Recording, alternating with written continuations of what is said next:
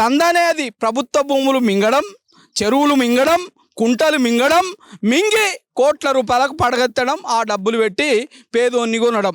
ఇది తప్ప ఇంకొకటి ఏం జరుగుతలేదు తెలంగాణ రాష్ట్రంలో. ఇప్పటికైనా అయ్యా ముఖ్యమంత్రి గారు, ఇవాళ మనము ప్రజాప్రభుత్వం అని మన ప్రభుత్వాన్ని తెచ్చుకున్నాం.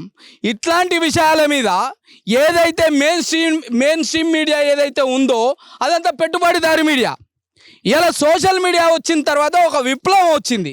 చూస్తున్నాం కదా, పక్క నేపాల్లో చూసినాం కదా, పక్క బంగ్లాదేశ్లో, ఇంకొకడ చూసినాం కదా. మెయిన్ స్ట్రీమ్ మీడియా ఏదైతే ఉందో మొత్తం పెట్టుబడిదారి మీడియా, అది మొత్తం అడుగులకు మడుగులు వస్తే మీడియా. ఇవాళ ఈ మీడియా కొద్దిపాటి మీడియా ఉంటే వీటి మీద కూడా ఇవాళ వెలికి తీసిన వాళ్ళ మీద మీరు రాళ్ళు బురదలు వేస్తుంటే మరి మీరు ప్రభుత్వ అధికారులు ఏం చేస్తున్నారు? ప్రభుత్వ అధికారులు ఇలా ఎవరికి కొమ్ము కాస్తున్నాడు?